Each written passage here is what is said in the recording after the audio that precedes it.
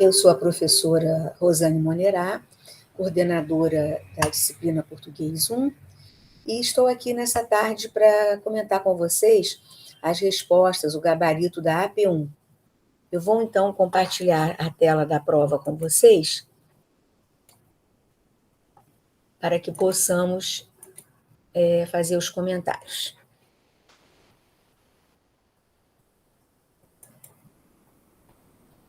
Bem, então, vocês têm aqui um fragmento do jornal Meia Hora, e esse fragmento vai ser responsável pelas questões 1, 2 e 3.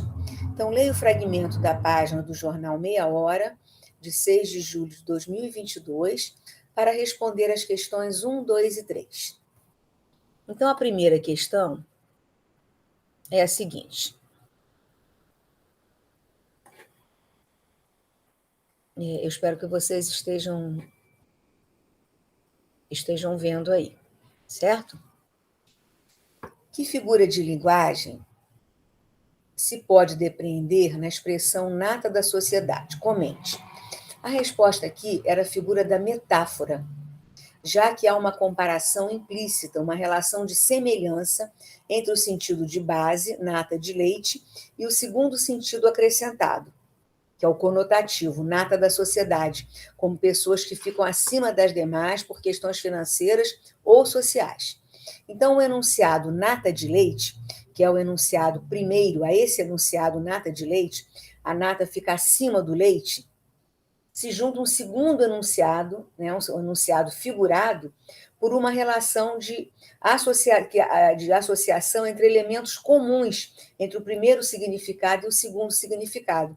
Assim como a nata do leite, a nata da sociedade seriam as pessoas que ficariam acima também, por questões sociais ou por questões financeiras. Então, é essa relação de semelhança implícita, uma relação de analogia entre os elementos do primeiro significado ao qual se acrescenta o segundo significado, isso caracteriza, então, a figura de linguagem metáfora.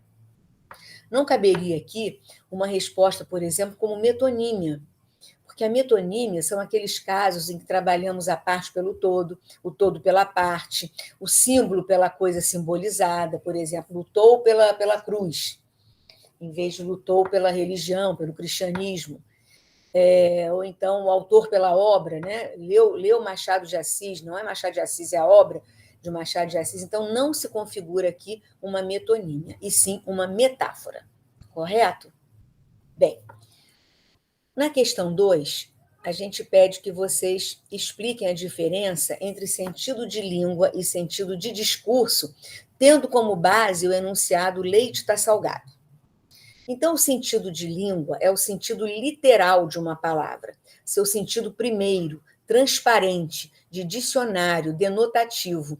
Então, toda palavra de qualquer língua ela tem um sentido dicionarizado. É o primeiro sentido, é o sentido literal.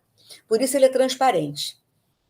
Já o sentido de discurso, ao contrário, ele é opaco, porque ele só vai aparecer mesmo em relação ao contexto discursivo, à situação comunicativa. Então, é um sentido conotativo, regulado pelas circunstâncias do discurso. Muitas pessoas fizeram essa diferença e pararam por aí. A resposta não pôde ser considerada totalmente correta, porque vocês teriam que explicar isso com base no enunciado leite está salgado. Então, em leite está salgado, tem-se primeiramente um sentido literal de língua, de salgado, que é referente ao paladar, como se alguém tivesse colocado sal no leite, oposto, por exemplo, a doce.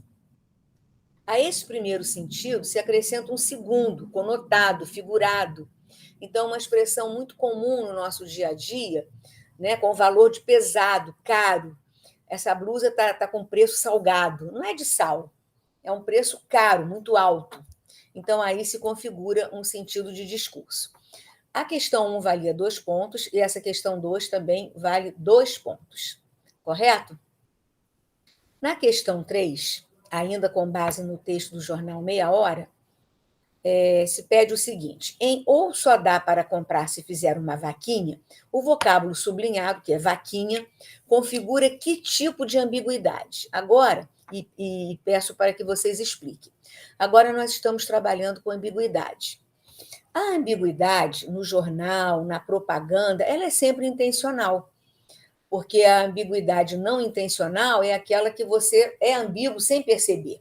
O jornal coloca de propósito, exatamente para obter efeitos de sentido.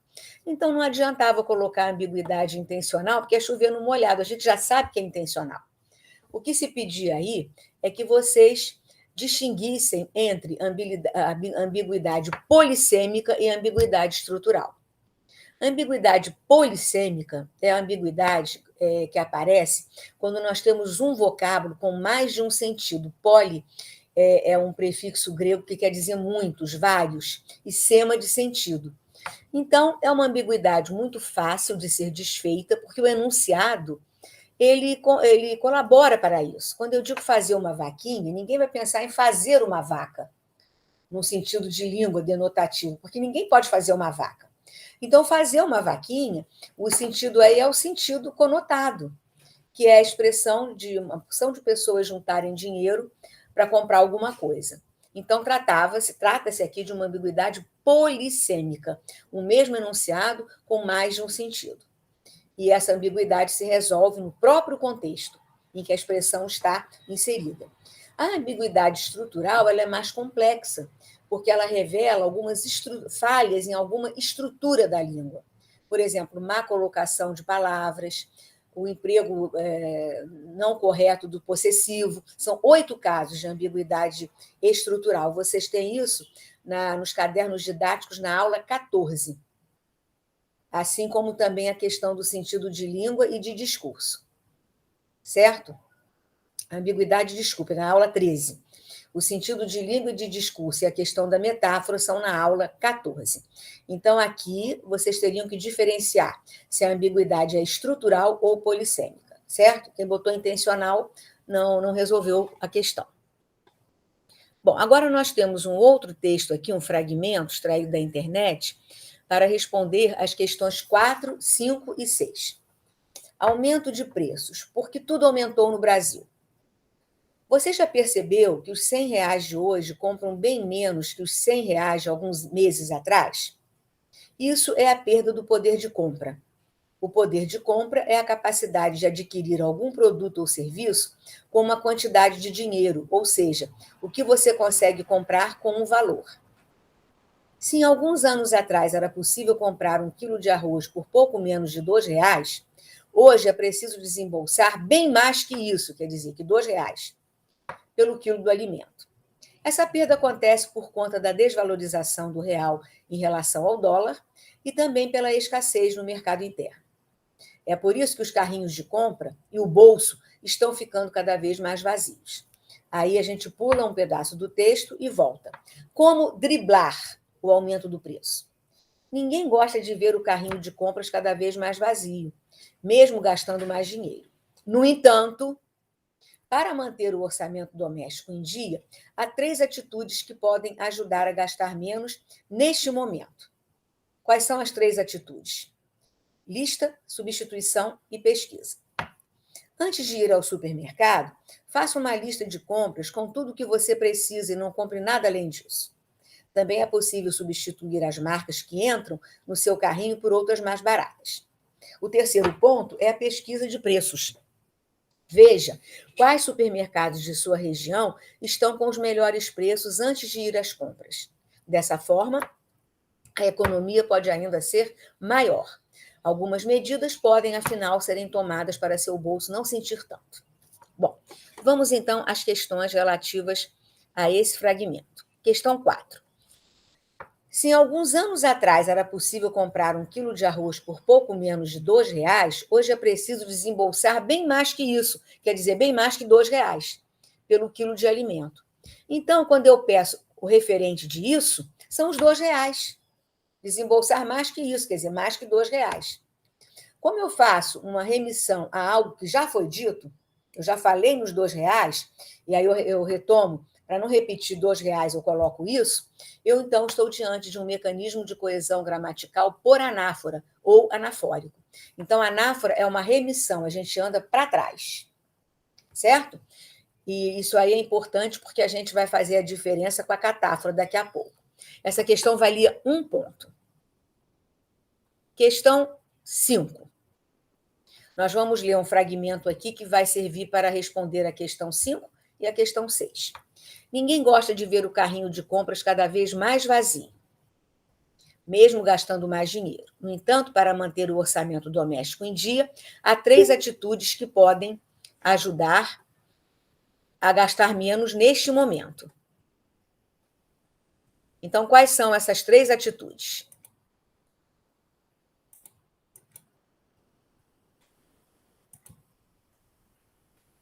Um momentinho aqui que a prova saiu. Bom, já voltou.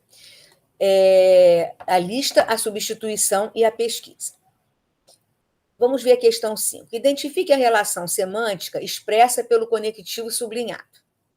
A seguir, reescreva o enunciado substituindo o conectivo, mas mantendo a mesma relação semântica. Essa questão 5 agora, ela vale 2 pontos. Bom, o conectivo, no entanto, como conjunção coordenativa adversativa, expressa uma relação de adversidade, de contra-expectativa. Pode, então, ser substituído por qualquer outra conjunção adversativa. Mas, porém, contudo, todavia, entretanto, no entanto, não cabe aí colocar um portanto, que é uma conjunção conclusiva. Ok? Nós aceitamos também quem colocou oposição e substituiu por uma conjunção concessiva, porque na aula 7 nós vimos que o campo semântico das concessivas e das adversativas é o mesmo, é o campo da contra-expectativa, então aceitamos também.